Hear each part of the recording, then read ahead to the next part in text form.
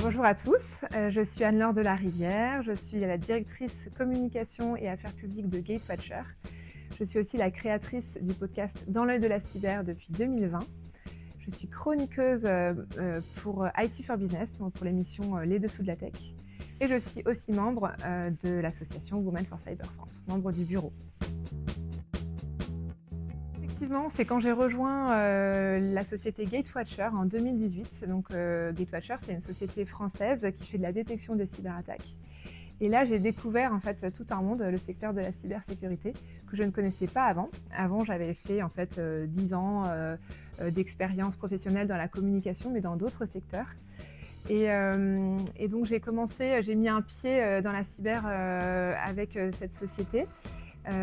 Et en fait, j'ai réalisé à quel point on était chanceux en France d'avoir toutes ces compétences en cybersécurité, toute cette richesse, cette expertise en ingénieurs, en solutions qui existent et qui permettent en fait de protéger tout notre écosystème. Et j'ai vraiment voulu contribuer à valoriser toutes nos expertises, toutes nos solutions.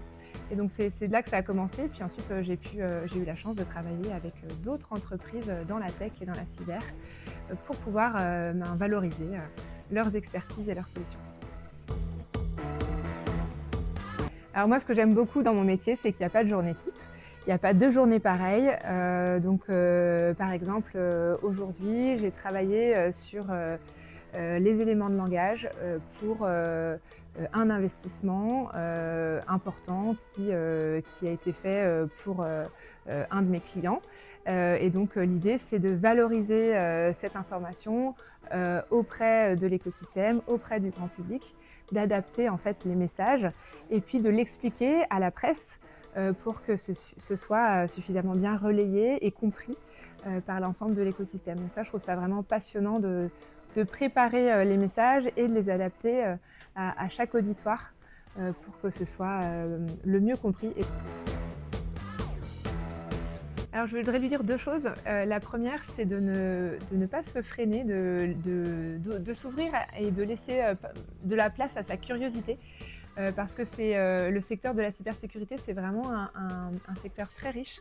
On n'a pas forcément besoin d'être experte quand on arrive. On peut apprendre sur le tas, on découvre des métiers très très divers.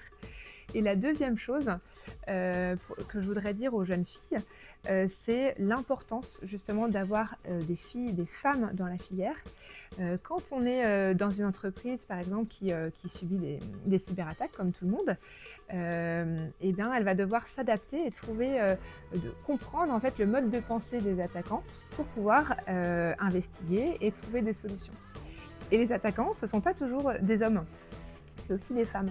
Donc c'est important d'avoir le mode de pensée féminin pour s'adapter aux solutions, pour proposer une vraie défense et une vraie protection pour son entreprise. Donc le mode de pensée féminin est complémentaire du mode de pensée masculin. Et c'est pour ça que c'est important d'avoir aussi bien des hommes que des femmes dans les métiers de la cybersécurité et de la tech en général.